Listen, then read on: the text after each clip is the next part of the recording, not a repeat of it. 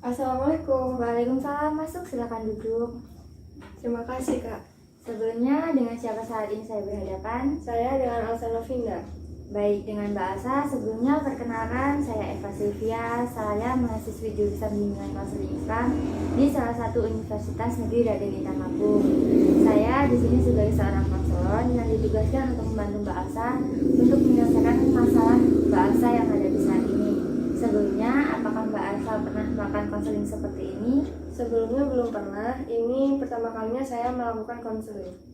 Baik, karena ini pertama kali Mbak Asa melakukan konseling, saya di sini akan sedikit menjelaskan mengenai bimbingan konseling. Jadi, bimbingan konseling itu merupakan suatu layanan untuk membantu para konseli dalam menyelesaikan ataupun menghadapi masalahnya, serta konseli yang sulit mengambil keputusan agar dia mampu untuk memecahkan masalahnya ataupun mampu mengambil keputusan yang tepat baginya. Nah, apakah Mbak Asa mengerti? Mengerti, Kak. Jadi peran saya di sini hanya sebagai seorang konselor yang berusaha membantu Mbak Asa untuk menemukan jalan keluar atas masalah yang Mbak Asa hadapi, dan Mbak Asa sendirilah yang sebaiknya aktif dalam konseling ini untuk mengungkapkan masalah Mbak Asa yang hadapi saat ini. Saya akan berusaha aktif dalam konseling ini, tapi saya mau tidak ada orang yang tahu tentang masalah saya. Mbak Asa jangan khawatir, karena di sini saya akan menjaga rahasia, karena kode etik konseling salah satunya yaitu asas kerahasiaan. Jadi jangan takut masalah Mbak Asa akan diketahui oleh orang lain. Syukurlah kalau begitu, Kak. Baik, untuk mempersingkat waktu, saya ingin bertanya sebelumnya, apakah tujuan Mbak Asa datang dalam konseling ini? Saya ingin berkonsultasi mengenai masalah saya. Saya bingung harus bertindak seperti apa. Baik, lalu masalah apa yang membuat Mbak Asa bingung dalam bertindak? Kelihatannya kamu begitu cemas, murung, serta tidak semangat. Apakah demikian? Dapatkah Mbak Asa menjelaskan lebih jauh tentang kecemasan yang Mbak hadapi? Saya merasa tertekan dan saya merasa tidak berguna. Saya memahami perasaan tertekan karena merasa tidak berguna. Dapatkah Mbak mengungkapkan perasaan tak berguna itu?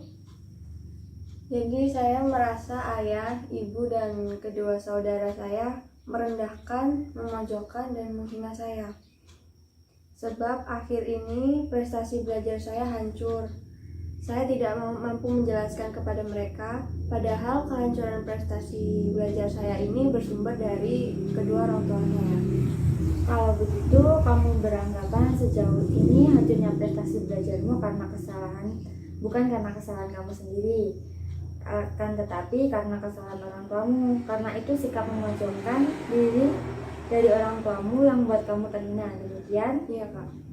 Apakah kamu berpendapat bahwa hancurnya prestasi di sekolah adalah sebagai akibat kelalaian, kurangnya perhatian dari orang tua? Iya, karena saya merasakan demikian. Saya merasa terhina dan malu di sekolah. Baiklah, jadi kalau begitu masalahmu adalah turunnya prestasi belajar bersumber dari orang tuamu dan orang tuamu tidak senang, lalu memojokkan dan kamu merasa tertekan. Bagaimana, apakah demikian? Iya, Kak, saya sependapat.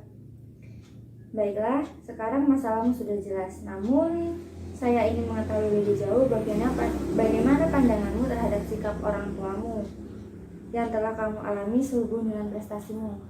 Orang tua saya benci dengan saya, tapi kepada adik-adik saya, tampaknya mereka lebih menyayangi. Saya merasa dianaktirikan, padahal saya sudah berusaha untuk menyenangkan hati kedua orang tua saya dengan belajar yang rajin. Ya, terus bagaimana? Ya, saya malas dan tidak belajar seperti biasa, dan nilai-nilai saya jadi buruk, tapi saya tidak peduli. Ya, saya memahami jalan pikirmu. Nampaknya kamu seperti membalas dendam terhadap sikap orang tuamu. Bagaimana pendapatmu? Habis pilih kasih dan tidak menghargai. Tapi jika orang tuamu tidak pilih kasih dan dapat menghargai, bagaimana pendapat? Saya senang sekali, dan hal itulah yang sangat saya harapkan. Tapi bagaimana caranya, saya kurang yakin dengan pendapat tersebut. Saya senang dengan sikap keterbukaan dan kritismu. Mungkinkah kamu sendiri yang dapat mengetahui caranya? Saya meminta saran. Saya kurang tahu, Tapi bila saya berpikir sulit merubah sikap negatif kedua orang tua saya terhadap saya, kecuali jika pembimbing dapat menemui dan berbicara dengan kedua orang tua saya mengenai hal tersebut. Bagus, saya sangat senang dengan sikap keterbukaanmu. Tapi saya ingin tahu apakah orang tuamu memungkinkan dapat menemui saya. Tentu bisa, karena kedua orang tua saya cukup terbuka dan senang dengan orang-orang di luar keluarganya. Saya percaya kalau orang tua saya akan hadir. Saya sangat menghargai pendapatnya. Tampaknya Anda seorang siswi yang cerdas dan bijak. Namun, apakah biasanya orang tuamu hadir dalam panggilan-panggilan sekolah untuk penentuan nilai? Tentu Pak, mereka selalu ada perhatian jika ada panggilan dari kepala sekolah. Kalau begitu, apa kesimpulan ini kamu setuju? Yaitu, melalui kepala sekolah, kami akan memanggil kedua orang tuamu? Iya, saya setuju. Baik, saya hargai sampai saat ini. Bagaimana perasaanmu setelah berbincang-bincang?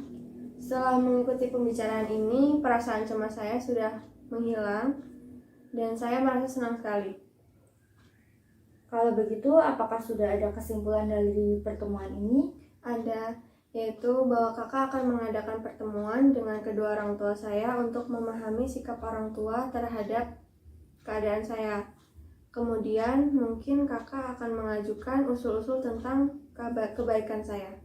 Ya, saya akan mengadakan pertemuan segitiga antara orang tuamu dengan saya dan juga kepala sekolah, mungkin juga dengan saudara-saudaramu serta kamu. Bagaimana? Iya kak, saya setuju. Terima kasih. Kalau begitu, apakah pertemuan ini dapat kita akhiri? Iya, saya kira demikian. Baik, terima kasih.